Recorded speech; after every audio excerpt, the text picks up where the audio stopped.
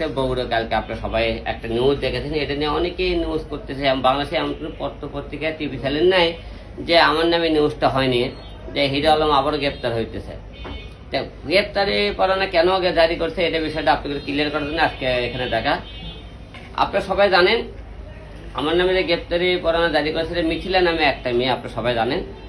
এর আগে মিথিলাকে মিডিয়ার সামনে নিয়ে এসেছিল কে, আপনারা সবাই জানেন, রিয়ামণি আর মিথিলা একদিন সাংবাদিক সম্মেলন করছিল। সেই দিন আপনারা কিন্তু সবাই জিজ্ঞেস করছিলেন যে হিরো আলম সে আমার স্বামী হিসেবে দাবি করছে আমার বউ। আপনারা কিন্তু বলছিলেন তার কোনো বিয়ের কাগজপত্র আছে কিনা, সে দেখাতে পারছে কিনা। এখন মিথিলার সাথে কীভাবে পরিচয় হলে আমি সংক্ষিপ্ত বলি, আপনারা সবাই জানেনি। মিথিলা সে বিবাহিত একটা মেয়ে, তার দুইটা বাচ্চা আছে।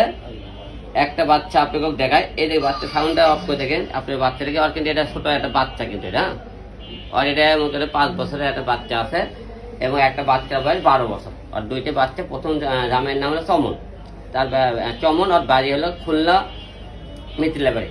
প্রথম পক্ষে জামাইয়ের সাথে চলাকালীন আপনি জাহিদ নামে একটা ছেলের সাথে তার মানে সম্পর্ক হয়। সম্পর্ক হলে তার জামাই চমন হলে যে সেই সম্পর্কটা ধরে ফেলে জাহিদের সাথে ধরে ফেলে যে তাকে বাসা থেকে বের করে দিলে পরে তাকে মনে কখন বাসা থেকে বের করে দেয়। বাসা থেকে বের করে দেয় বলে জাহিদের সাথে যে তার পরে সম্পর্ক থাকে, হওয়ার পরে তার কাছে 12 লাখ টাকা পায় মিথিলা। সেই টাকাটা উঠানোর জন্য সে আমার কাছে ফেসবুকের মাধ্যমে আসে পরিচয় হলো কিভাবে, ফেসবুকের মাধ্যমে তার সাথে পরিচয় আমার সাথে সেই সহযোগিতা নেওয়ার জন্য আসলো। পরে আমি সহযোগিতা সেখান থেকে 6 লাখ টাকা আমি তাকে উঠিয়ে দিলাম। ওই জাহিদ নামে লোকের থেকে 6 লাখ টাকা মিথিলাকে উঠিয়ে দিই আমি। উঠে দেওয়ার পরে তার সাথে সম্পর্ক হওয়ার পরে সে এখন বাসায় যেতে পারেন। পরে আমার যখন মহানগর আমার অফিস ছিল, তো আমার সাথে পয়সা মহানগর একটা অফিস পাশে একটা বাসায় ভাড়া নেবে, বাসা ভাড়া টাকা দেয় না। পরে আমি তাকে বাসা ভাড়া সহযোগিতা করে তাকে বাসা ভাড়া নেওয়ার সুযোগ করে দিলাম। বাসা ভাড়া নেওয়ার সুযোগ করে দেওয়ার পরে সেখানে তার সাথে সম্পর্ক আসা যাওয়া করে, অফিসে যায় আসে, সম্পর্ক হলো। এর মধ্যে আপনি দেখেন আমার বাবা অসুস্থ হলো, ব্রেন টিউমার হলে ঢাকা আপনারা নিয়ে আসলাম।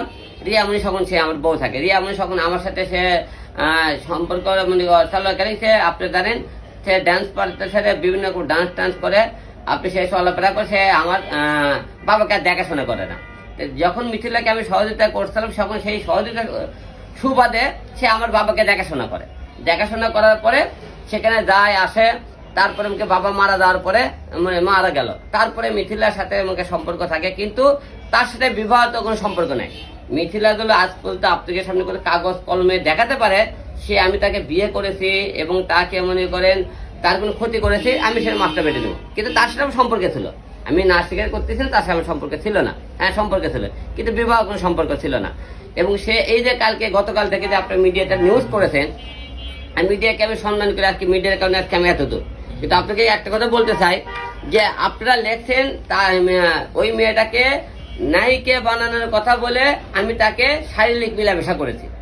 প্রত্যেকটা হেডলাইনে এই কথা বলেন আপনারা সবাই। তাকে মিথিলাকে আপনারা আজ পর্যন্ত কোন জায়গায় আপনাকে বলেছে যে হিরো আলমের কাছে আমি নায়িকা হওয়ার জন্য গেছিলাম, যা সে আমার শারীরিক মেলামেশা করছে? মিথিলাকে এই ধরনের কোনো পথে আপনারা অনেক এরকম তো আপনারা সম্পর্ক আপনি তার মুখের থেকে কথা নিয়েছেন। আপনি একটা কথা বলবেন যে মিথিলের কথা বলতে বলছিল কিনা যে আপনারা সে আমি আলমের কাছে নায়িকা হবার গেছিলাম, নায়িকা হবার পরে সে আমার সাথে শারীরিক মেলামেশা করেছে, এই ধরনের কথা মিথিলা কোনদিন বলছে কিনা? তাহলে মিডিয়াতে আপনারা কেন এই হেডলাইনটা দিলেন, গুজব ছড়ালেন যে আমরা হিরো আলম তাকে নায়িকা বানানোর কথা করে তাকে ধর্ষণ করেছে, এইরকম একটা আপনার কথা? তা আমার বিরুদ্ধে আপনি এই গুজবটা কেন ছড়াইতেছেন?